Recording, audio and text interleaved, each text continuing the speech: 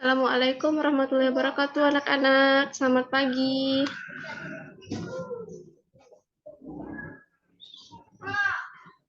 Pagi, Bu. Waalaikumsalam warahmatullahi wabarakatuh. Selamat pagi, Bu. Apa kabar semuanya? Baik, Bu. Oke, alhamdulillah. Sebelum memulai pelajaran, ada baiknya kita berdoa menurut agama dan kepercayaan masing-masing. Berdoa dimulai.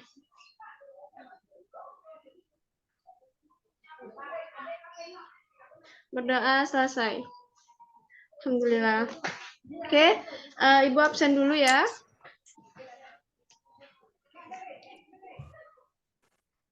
Absennya Mareta Alena. Hadir, Ibu. Necha Naula. Izin, Ibu. Oh, izin, oke. Ririn Butar-Butar. Hadir, Ibu. Ya. Husnul Khotimah. Hadir, Ibu. Oke, satu ya yang nggak hadir.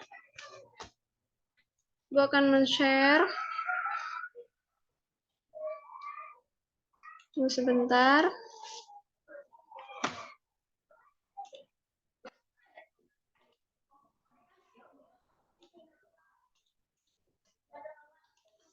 Nah, tujuan pembelajaran kita hari ini, pembelajaran 3 ya. Tujuannya yaitu dengan mengamati peta kepulauan negara Indonesia, siswa mampu mengenali letak dan luas Indonesia melalui peta secara benar. Tujuan kedua, dengan mencermati kembali letak geografis Indonesia pada peta, siswa mampu mengenali kegunaan komponen-komponen pada peta. Komponen kepada peta untuk membuat sebuah peta secara benar. Tujuan ketiga, dengan menyimak penjelasan dan mencermati teks bacaan mengenai Sumpah Pemuda, siswa mampu menjelaskan peristiwa Sumpah Pemuda secara benar. Nah, tujuan terakhir, dengan mengamati gambar dan mendengar penjelasan dari guru, siswa mampu menentukan posisi sebuah lokasi yang ada pada peta secara tepat. Nah, selanjutnya kita akan masuk pembelajaran kita.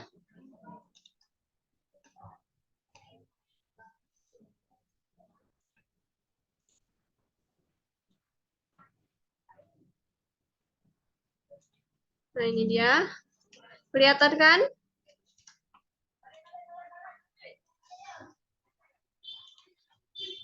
Nah, Terlihat, Bu. pada minggu lalu kita sudah mempelajari tentang ekosistem. Nah, sekarang kita mempelajari tentang pemandangan, tentang ekosistem juga. Ini mencakup pembelajaran IPS dan PKN.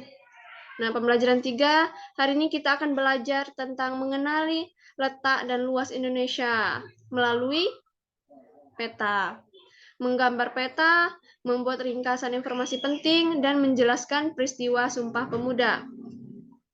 Nah, ini gambar Raja Ampat, dan ini gambar pemandangan Gunung Bromo. Nah, pernahkah kamu mengunjungi kedua tempat tersebut? Belum, Ibu. Belum pernah, Bu. Ya, sama. Ibu juga belum. Nah, ini adalah Kepulauan Raja Ampat di Papua Barat, dan Gunung Bromo itu terletak di Jawa Timur. Kedua tempat ini merupakan dua tempat yang banyak dikunjungi wisatawan karena menyajikan keindahan alam yang mempesona. Nah, negara Indonesia memiliki banyak pemandangan alam yang sangat indah. Salah satunya adalah keindahan pemandangan laut yang terdapat banyak sekali pantai yang indah dan pemandangan bawah laut yang mengagumkan karena negara kita merupakan negara kepulauan.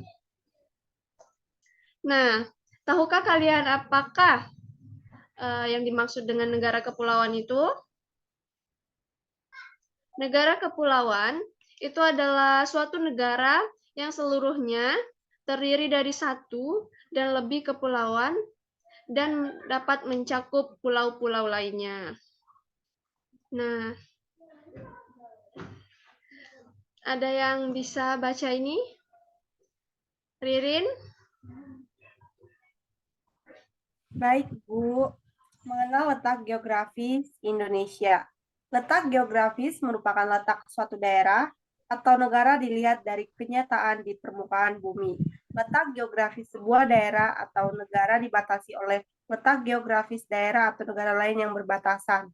Indonesia terletak di antara dua benua, yaitu benua Asia dan benua Australia. Demikian juga Indonesia terletak di antara dua samudra, yaitu Samudra Pasifik dan Samudra Hindia. Indonesia berbatasan langsung dengan beberapa negara seperti Malaysia, Singapura, Filipina, Vietnam, Papua Nugini, dan Australia. Letak geografis Indonesia dianggap strategis karena menjadi tempat persilangan antara dua benua dan dua samudra.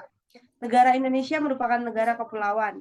Terdapat lebih dari 17.000 pulau berukuran besar dan kecil berada di wilayah Indonesia. Dari sejumlah pulau tersebut, sekira 6.000 pulau tidak berpenghuni. Beberapa pulau besar di Indonesia antara lain Pulau Jawa, Kalimantan, Sumatera, Sulawesi, dan Papua. Sementara itu, beberapa pulau kecil yang berada di wilayah Indonesia antara lain Pulau Nias, Siberut, Bangka, Belitung, Madura, Bali, Lombok, Flores, Ambon, dan Halmahera. Oke, terima kasih Ririn. Nah, terdapat banyak ya pulau berukuran besar dan kecil di wilayah Indonesia. Dan juga sekiranya 6.000 pulau tidak berpenghuni. Nah, di sini ada peta Indonesia, 34 provinsi. Kalian tahu kita berada di mana sekarang?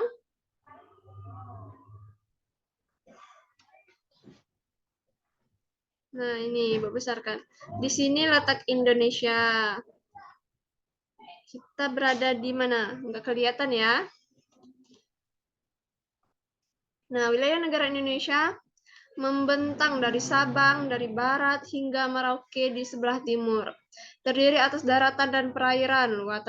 Luas daratan Indonesia adalah 1.922.000 km dan luas perairan Indonesia adalah 3.257.000 km. Nah, selanjutnya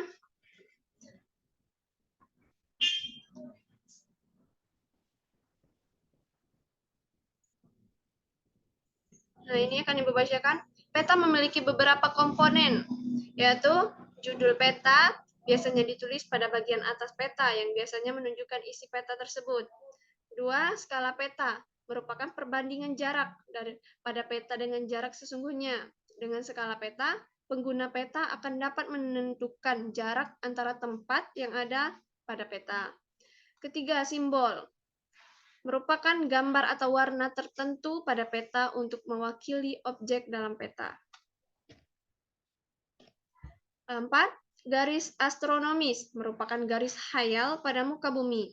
Garis-garis mendatar atau horizontal yang terdapat pada peta di sebuah garis lintang dan garis tegak disebut garis bujur. 5. Legenda, merupakan keterangan beberapa simbol yang digunakan pada peta untuk memudahkan pengguna peta memahami isi peta. Nah, keenam, mata angin, merupakan pedoman utama arah mata angin. Mata angin yang mengarah ke atas menunjukkan arah utara.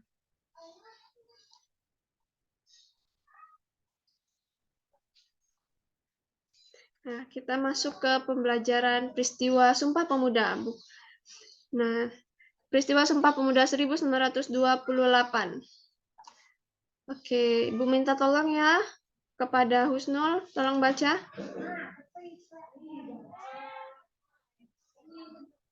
Baik, Ibu. Peristiwa Sumpah Pemuda 1928.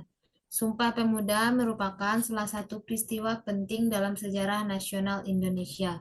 Peristiwa ini makin menyadarkan masyarakat Indonesia yang kala itu berada di bawah penjajahan Belanda terhadap pentingnya persatuan dan kesatuan untuk melawan penjajah.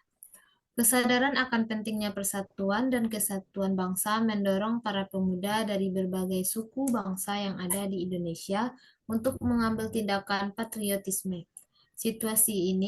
Situasi penjajahan Belanda yang diwarnai dengan larangan melakukan kegiatan organisasi, mendorong para pemuda berdatangan dari berbagai penjuru Indonesia untuk berkumpul di Jakarta. Kongres Pemuda yang diadakan pada tanggal 27 dan 28 Oktober 1928 melahirkan peristiwa Sumpah Pemuda. Peristiwa ini menginspirasi seluruh lapisan masyarakat Indonesia terhadap pentingnya persatuan dan kesatuan. Pada saat itu, para pemuda yang berbeda suku, adat, dan bahasa, bertekad untuk bersatu dengan membacakan sebuah sumpah pemuda.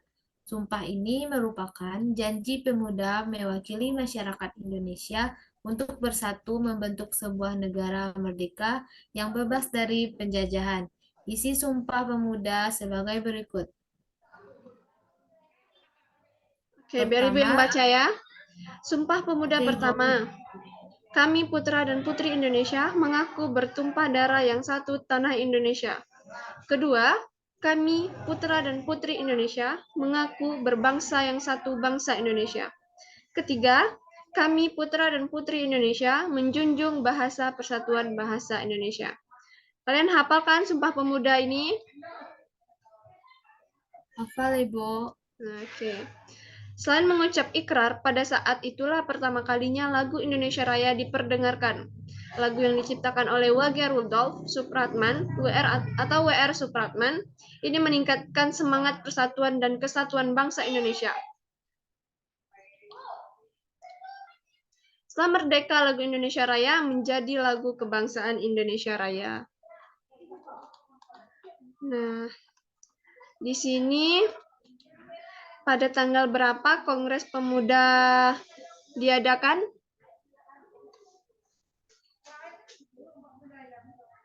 7 dan 28 Oktober. Oke, pintar.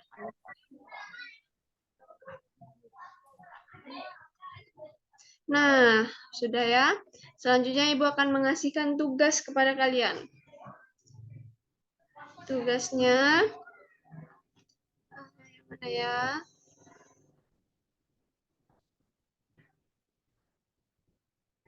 Oh, yang ini ya. Pasti kalian bisa jawabnya. Tugasnya, tuliskanlah nama negara-negara yang berbatasan wilayah daratannya dengan Indonesia. Nah, tugasnya halaman 21 ya, buka di buku kalian. Dan yang B, tuliskan nama perairan yang mengelilingi wilayah negara Indonesia. Nah, ini dua ini kalian tulis ya. Ibu. Nah, Ibu akan menjelaskan lagi tugas untuk 2 minggu lah ya tugasnya.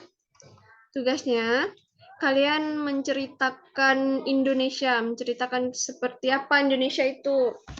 Nah, cara boleh diketik. Bisa kan kalian mengetik? Bisa, Bu. Udah kelas 5 kan? Bisa, pasti.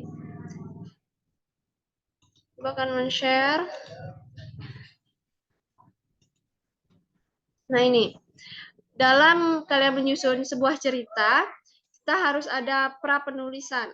Nah, pra-penulisan itu meliputi penentuan topik, pembatasan topik, penentuan tujuan penulisan, penentuan bahan, dan penyusunan kerangka tulisan. Nah, yang kedua itu ada penulisan draft. Penulisan draft itu sebuah tulisan yang baik mencerminkan kebaikan aspek-aspek yang membangunnya, yaitu pemaparan isi teks atau isi dari cerita kalian, penerapan retorika, dan penerapan kebahasaannya. Nah, yang terakhir itu ada revisi tulisan. Revisi itu sebuah tulisan bisa mencakup isi, retorika, dan kebahasaan sekaligus juga sebagian dari unsur-unsur sebuah tulisan. Seperti kesimpulan yang telah kalian ceritakan dari cerita yang telah kalian buat. Nah, jadi tugas kalian ada 2, tapi tugas yang ini untuk minggu depan, dan tugas yang tadi untuk minggu depannya. Mengerti pada tugas kalian? Mengerti, Ibu. Mengerti. Jadi, cukup sekian pembelajaran kita pada hari ini.